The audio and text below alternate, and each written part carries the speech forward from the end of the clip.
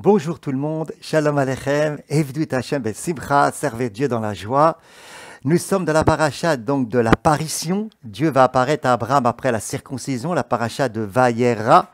Et une demi-fille qui m'a posé une fois la question, qui m'a dit « Oui, mais nous, on ne fait pas la circoncision, donc on n'a pas ce privilège. » Et en fait, je lui dis tout simplement que la circoncision, on pourra en reparler peut-être une autre fois, amène la personne humaine, donc le masculin, à avoir une relation avec Akadosh Baruch Hu de manière transcendante, parce que c'est le 8e jour. Le chiffre de l'infini. Et par nature, la femme a là cette relation transcendante avec Akadosh Baruch Hu, et parce qu'elle est la femme dans sa nature au-delà du temps. Et c'est pour ça d'ailleurs que toutes les misvot qui Azman Grama, toutes les misvot qui dépendent du temps, la plupart de toutes les misvot, la femme ne le fait pas, elle les quitte. Pourquoi? Parce qu'elle est au-delà du temps. Elle a une relation beaucoup plus facile et beaucoup plus privilégiée et directement en contact avec Akadosh Baruch Hu que l'homme. Donc tu vois, c'est toi qui es privilégié en tant que femme et c'est pas moi. Beaucoup de choses au niveau de la paracha de cette semaine, la paracha Vayera. Néanmoins, si nos partages, nos audios, voilà, vous intéressent, merci de liker. Il paraît que ça fait connaître beaucoup plus de vidéos, de visions en tout cas sur YouTube. Et ça permet de faire connaître et faire profiter d'autres personnes. N'oubliez pas de vous abonner, de la faire connaître la chaîne Torah Or pour faire profiter aussi d'autres personnes. Si vous êtes intéressé, vous pouvez me donner aussi des idées de thèmes. Voilà, peut-être que j'arriverai aussi, si Dieu le veut, à les développer. Et je le ferai véritablement aussi avec joie. Et n'oubliez pas de mettre des commentaires, si vous voulez mettre des commentaires. Paracha, donc, Vayera, comme on a dit, on nous parle de la révélation. Dieu apparaît à Abraham après la circoncision. Ensuite, on va nous parler de la visite des 3 anges. Ensuite, on nous parle qu'Abraham a la naissance immanente de Israël. On nous parle de la naissance de Israël. On nous parle bien évidemment qu'Abraham va argumenter devant Dieu sur la destruction de Sodome et Gomorrhe. C'est incroyable, c'est extrêmement intéressant. On va nous raconter aussi que Agar va partir avec Ishmaël parce qu'il y a un problème avec Israël après la naissance de Israël dans l'éducation. Ceci, c'est extrêmement intéressant. Et on voit comment ici, donc, Abraham a obéi à la voix de Sarah. Kol machetoma Sarah tishma bekola. Tout ce que Sarah te dira, tu écouteras sa voix. Tout. Kol machetoma. C'est intéressant. On parlera pas de ce sujet cette fois-ci, mais c'est intéressant, les relations, l'homme et la femme, la place de l'homme, la place de la femme, parce que tout se perd ici, surtout après aussi au niveau des couples, dans le mariage, véritablement. D'accord? Parce que tout simplement, notre référence n'est peut-être plus la Torah. On est peut-être des personnes religieuses, des personnes croyantes, qu'on pratique une religion qu'on appelle le judaïsme, mais notre référence, la référence véritablement dans notre façon de penser, de percevoir, d'agir, de parler, d'accord, c'est peut-être l'éducation qu'on a reçue, c'est peut-être ma perception, c'est peut-être ce que je reçois de la société au niveau de l'homme et de la femme, mais c'est pas la Torah réellement. Et ça, c'est une question à se poser, que c'est extrêmement important. Et bien sûr, on nous parlera aussi dans cette paracha du Sakla Hakadat Israq, ce qu'on appelle le sacrifice d'Israël qui n'a pas eu lieu. Je vais m'arrêter sur un point important, la vision. Dieu s'est apparu à Abraham. Alors bien évidemment, personne ne peut voir Dieu et mourir, sinon on meurt. C'est écrit clair, Moïse veut voir Dieu, laisse-moi voir ta face, c'est pas possible. Donc lorsque le Kadosh Baruch Hu s'est révélé à Abraham, à Vinou, il ne s'est pas révélé dans toute sa splendeur, dans toute sa pnimiut, parce que c'est pas possible. Il a montré le dos à Moshe Rabbeinu.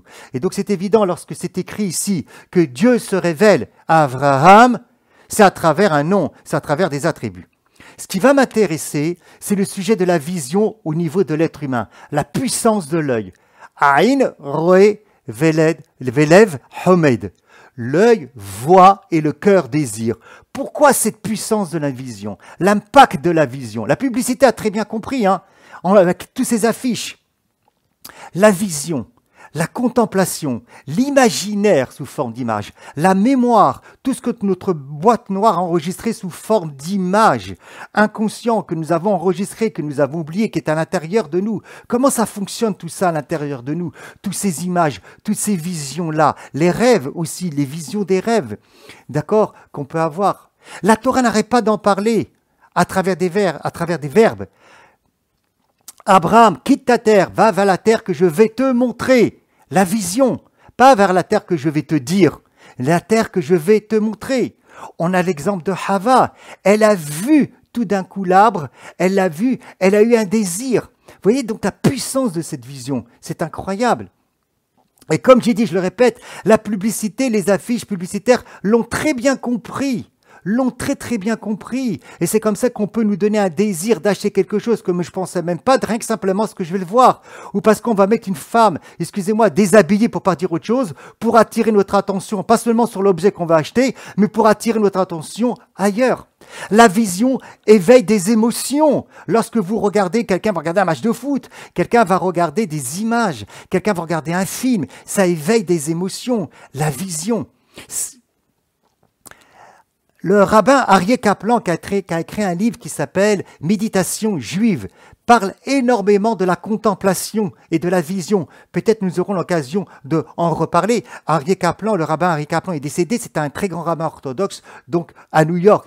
Il parle beaucoup de la vision et de la contemplation à travers son livre « Méditation juive ». Alors, essayons un petit peu, dans ce court moment, d'essayer d'aborder les choses. Nous avons ce qu'on appelle aujourd'hui le cerveau droit. Nous avons le cerveau gauche. Le cerveau droit, c'est le cerveau de la vision. C'est le cerveau de l'intuition. C'est le cerveau de la créativité. C'est le cerveau de la méditation. C'est le cerveau de la contemplation. Et en hébreu, on appelle ça chokhma.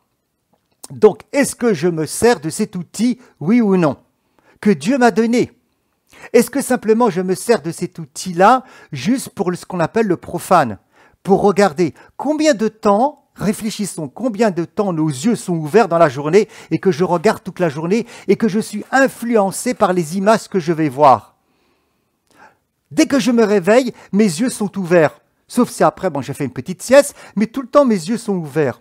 Regardez combien d'images mon cerveau va enregistrer. Ma mémoire va enregistrer comme un appareil photo. Est-ce que je me sers donc de mon cerveau droit pour méditer, pour contempler la nature et essayer de percevoir le divin à travers la nature? Oui ou non? Ou bien simplement lorsque je prie, je prie, je ne fais pas attention aux lettres, je ne suis pas en train de contempler les lettres. Ou bien quand j'étudie, donc je fais fonctionner que mon cerveau gauche, mais je ne fais pas fonctionner mon cerveau droit.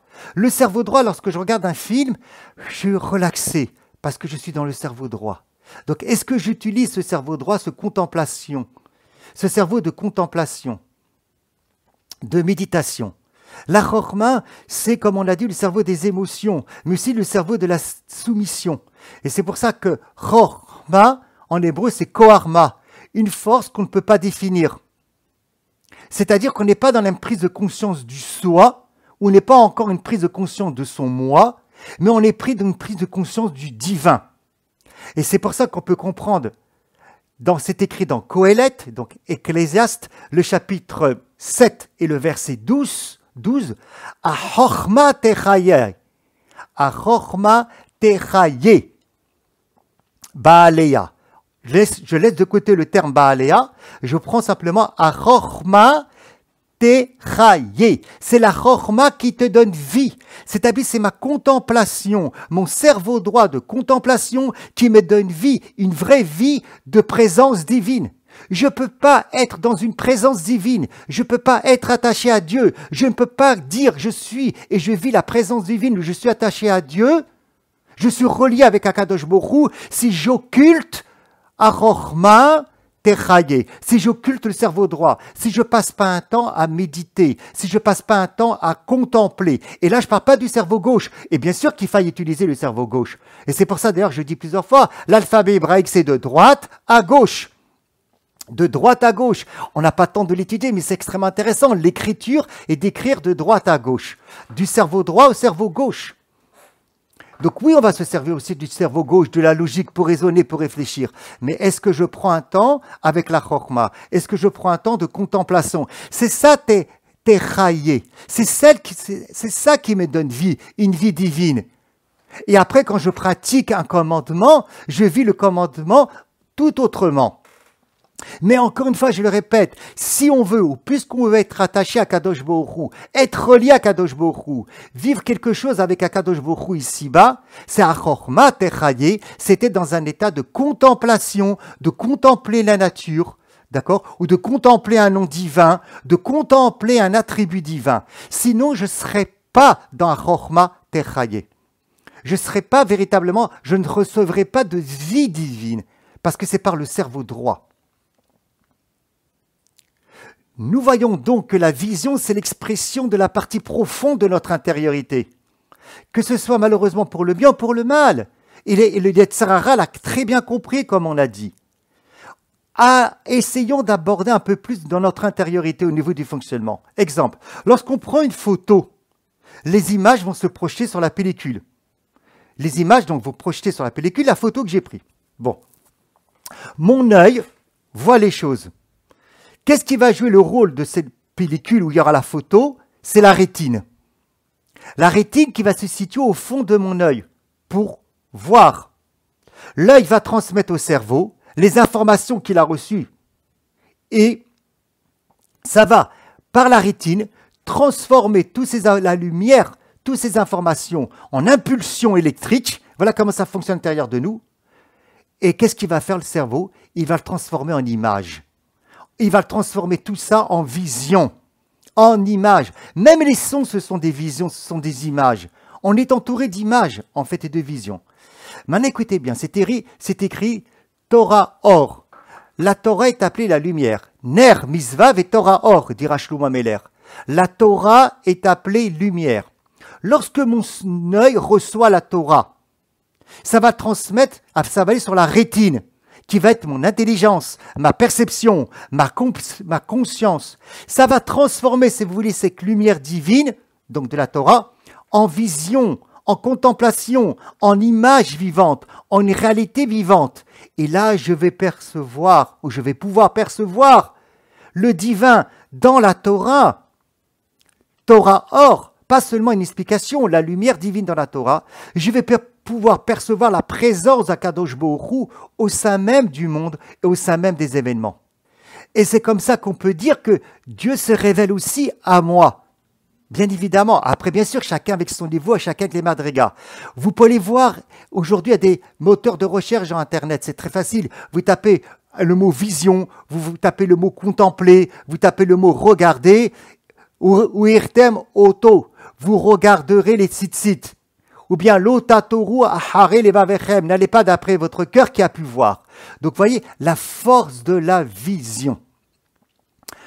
Que ce partage qu'on a pu faire voilà, ensemble nous donne plus envie de prendre un temps pour véritablement contempler, et c'est pas perdre du temps, voyez bien, on se sert du cerveau droit, à Chochma Techaye, pour contempler le Créateur à travers la nature, pour contempler le Créateur à travers les lettres, le Yud, le He, le Vav et le He, Sheviti Hashem l'inegditamid, j'ai l'Éternel, le Yud, le Vav et le He, le Vav et le He en face de moi, donc je le contemple, je l'étudie, j'étudie ces lettres, je contemple ces lettres, pour Achorma Techaye, pour que, si vous voulez, à notre niveau, et chacun à son niveau, Akadosh Baruch Hu aussi se révèle à nous en fonction de notre capacité, en fonction de notre disposition.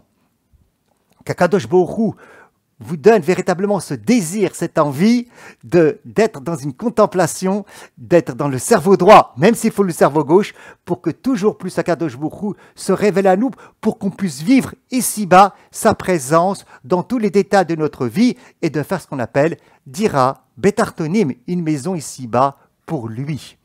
Amen.